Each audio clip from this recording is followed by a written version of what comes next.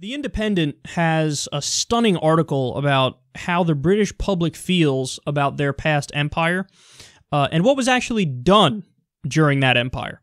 So YouGov found that, quote, 44% were proud of Britain's history of colonialism, while only 21% regretted that it happened, and 23% held neither view. The same poll also asked about whether the British Empire was a good thing or a bad thing. 43% said it was good, while only 19% said it was bad, and 25% responded that it was neither. Okay, so, unfortunately, there's this feeling, this sentiment, my guess is among the conservatives in Britain of, come on, those were the good old days, weren't they? Yeah, I don't think they were the good old days for the people who you were subjugating, and the people who, you forced to do stuff. So, what exactly was the British Empire? Well, they explain here, quote, at its height in 1922, the British Empire governed a fifth of the world's population and a quarter of the world's total land area.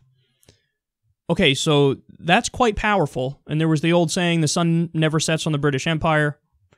I mean, obviously it did, but either way, that was immensely powerful at the time.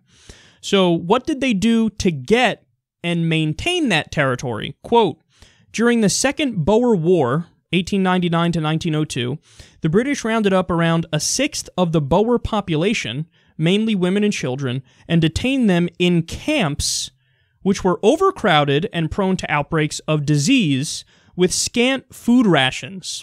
Of the 107,000 people interned in the camps, 27,927 Boers died, along with an unknown number of black Africans. Okay, so that's not good. We're already starting off here with camps. Let me give you more. When peaceful protesters defied a government order and demonstrated against British colonial rule in Amritsar, India, on the 13th of April in 1919, they were blocked inside walled gardens and fired upon by Gurkha soldiers. The soldiers, under the orders of Brigadier Reginald Dyer, kept firing until they ran out of ammunition, killing between 379 and 1,000 protesters and injuring another 1,100 within 10 minutes. And get this, Brigadier Dyer was later lauded a hero by the British public, who raised 26,000 euros for him as a thank you. Okay, then we have the partitioning of India.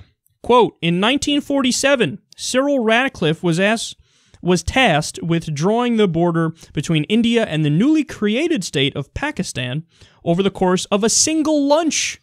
After Cyril Radcliffe split the subcontinent along religious lines, uprooting over 10 million people, Hindus in Pakistan and Muslims in India were forced to escape their homes as the situation quickly descended into violence. Some estimates suggest that up to 1 million people lost their lives in the sectarian killings. Okay, now unfortunately, this has been Western imperialism 101. It's not just Britain that does this. The U.S. was known to do it as well. We did it a lot in the Middle East, man. We went in and drew up countries. They were fake countries, and then as a result of that, you inflamed sectarian tensions that were largely under wraps. Now, the sentiment was already there, so you can't blame the West for the sentiment, but you can blame them for riling it up by drawing the fake borders, splitting up the resources to create a power struggle, and then bringing to the surface those sectarian tensions. So Iraq is another example of this. I believe Iraq became a country in the 1930s, and it was just lines drawn on a map by the West for oil purposes, and you had the Sunnis and the Shias and the Kurds like, we don't like them, they don't like us, what the fuck's happening here? Then you need a strong man to be put in place to control everything, and it is outside meddling that fucks with these places and then eventually leads to further conflict down the road. This is history, we need to acknowledge it. All right, more. Then there's the infamous Mau Mau uprising. Quote, members of the Kyuku tribe were detained in camps since described as Britain's gulags or concentration camps, where they alleged they were systematically tortured and suffered serious sexual assault and rape.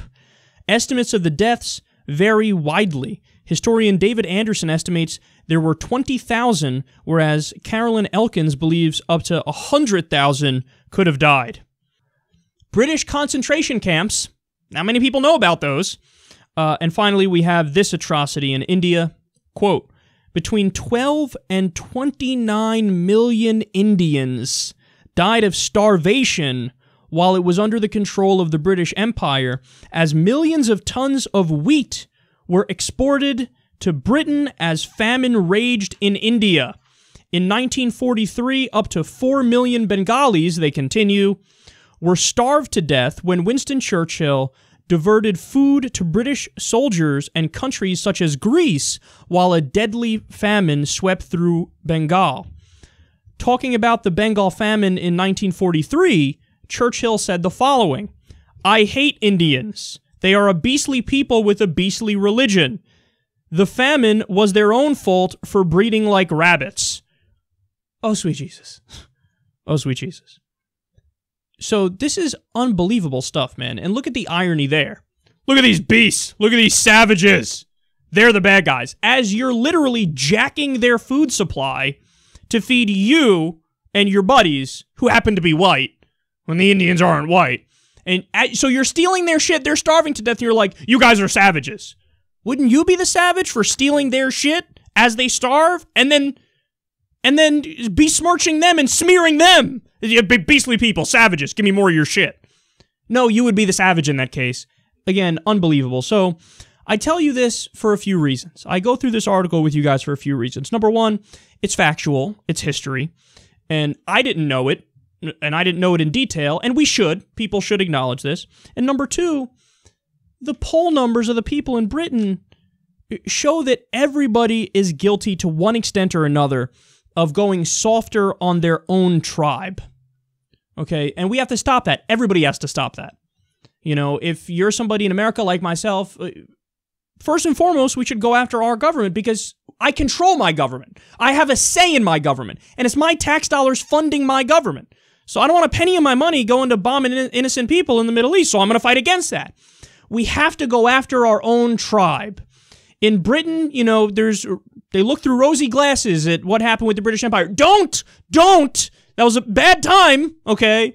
Say, what we did was fucked up. British concentration camps, stealing people's food as there's a famine going on. It's fucked up. Let's acknowledge that. Let's police our own extremists. Okay, that doesn't mean you can't talk about extremists of the other. I mean, I'm talking about them in Britain. I'm not British. So, you know, there's that aspect of this. You're allowed to talk about extremism of all stripes, as we do. The other day we discussed, you know, fundamentalism in Pakistan, where they fought against child marriage, Muslim fundamentalists. You could talk about all of it, but don't skip over your own tribe, because we all have this thing where it's easy to judge the other and blame the other and talk about how the other does evil shit. But it's much harder to go, all right, now let me tell you what's wrong in my country, with my tribe, with my group of people, and let me police this because I can directly affect this. Whereas with others, it's more just hot air. It's just me talking. Here, it's more action. I could talk about it and I could do something about it quite literally because my government is supposed to, in theory, represent me.